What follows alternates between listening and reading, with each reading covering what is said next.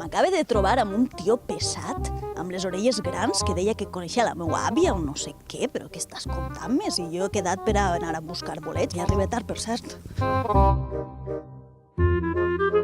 Badó, Assumpció, per fi us trobe! Resulta que a TV3 porten ja més de 10 temporades del Caçador de bolets, però encara hi ha gent una miqueta desorientada com jo, que no tenim ni idea, així que podeu donar-me algun consell bàsic per trobar-los. Bueno, mira, un consell bàsic, primerament, és anar ben calçat, ben equipat, un cistellet, per si es troba alguna cosa, i tenir una mica de coneixement, un petit coneixement del que és el bosc. Anem camp a través, més que un bosc sembla una selva, això. Perquè el secret millor guardat d'un boletaire és la ubicació, no? Les coordenades del lloc, que això no es pot dir, no? No es pot dir ara mateix on estem. Secrets de boletaire. Diuen, escolta, on t'has trobat aquests bolets? A bosc.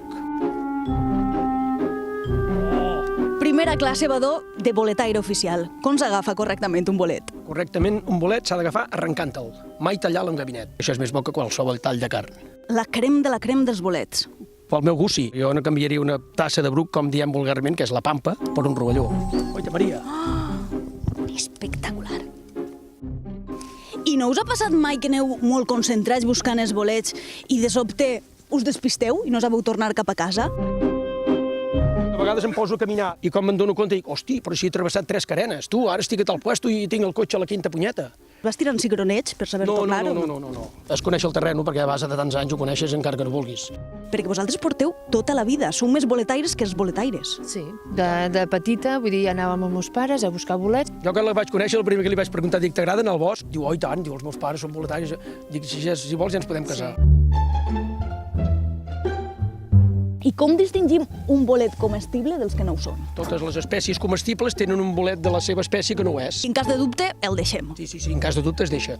I això, Assumpció, és important tapar-ho després d'agafar-lo? Sí, si tu vens a darrere meu, veuràs que jo l'he agafat d'aquí, no? Doncs així és la manera de que ningú no sàpiga que aquí hi havia un bolet. Importantíssim la cistelleta de vímet, per a que caiguen les espores, no? I surten nous bolets. L'espora es desprèn de sota del bolet, de la fulla del bolet. Tot això és el que deixes al bosc. I si jo faig així i torno la temporada que ve, no trobaré bolets aquí? No, perquè si tu anessis escampant espores així com fas tu ara, així per tot el bosc, es farien bolets a tot arreu. Estava una mica espantat jo, perquè avui a Assumpció deia, ai, que no en trobarem cap, perquè hi ha una sequedat. Però bueno, guaita-les! Doncs vet aquí un gos, vet aquí un gat, aquest conte s'ha acabat.